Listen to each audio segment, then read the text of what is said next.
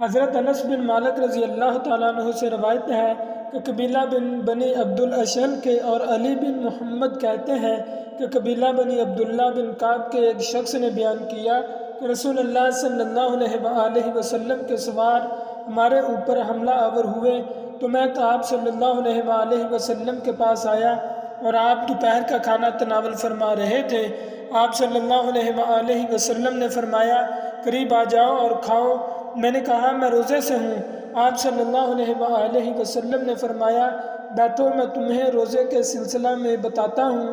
اللہ تعالیٰ نے مسافر سے آدھی نماز معاف کر دی ہے اور مسافر حاملہ اور مرضعہ دودھ پلانے والی سے روزہ معاف کر دیا ہے۔ قسم اللہ کی، نبی اکرم صلی اللہ علیہ وآلہ وسلم نے یہ دونوں باتیں فرمائی یا ایک بات فرمائی؟ اب میں اپنے اوپر افسوس کرتا ہوں کہ میں نے آپ کے کھانے میں سے کیوں نہیں کھایا۔ اس حدیث مبارکہ کی وضاحت کچھ اس طرح سے ہے کہ اگر ان کے روزہ رکھنے سے پیٹ کے بچہ کو یا دودھ پلانے والی کے بچہ کو نقصان پہنچنے کا اندیشہ ہو تو وہ روزہ نہ رکھیں اور بعد میں ان کی قضا کریں۔